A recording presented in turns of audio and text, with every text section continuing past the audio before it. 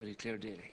Thanks, Concordia. We sometimes hear it said for the needs for those in power to take action before it's too late.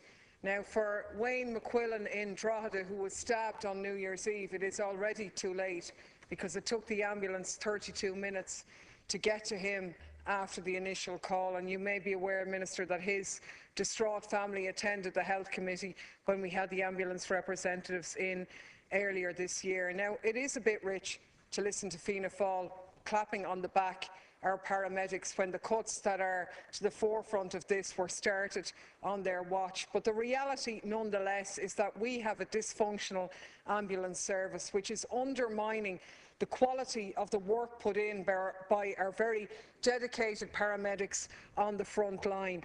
And the suggestion against that backdrop that the Dublin Fire Brigade would be removed from administering that service, to me, is absolutely ludicrous, when what is coming to light is that HSE mismanagement has been responsible for a lot of the problems that exist in the ambulance service. In my own constituency, a HSE ambulance driver told me of how they got a new ambulance into their care which had 70,000 miles on the clock.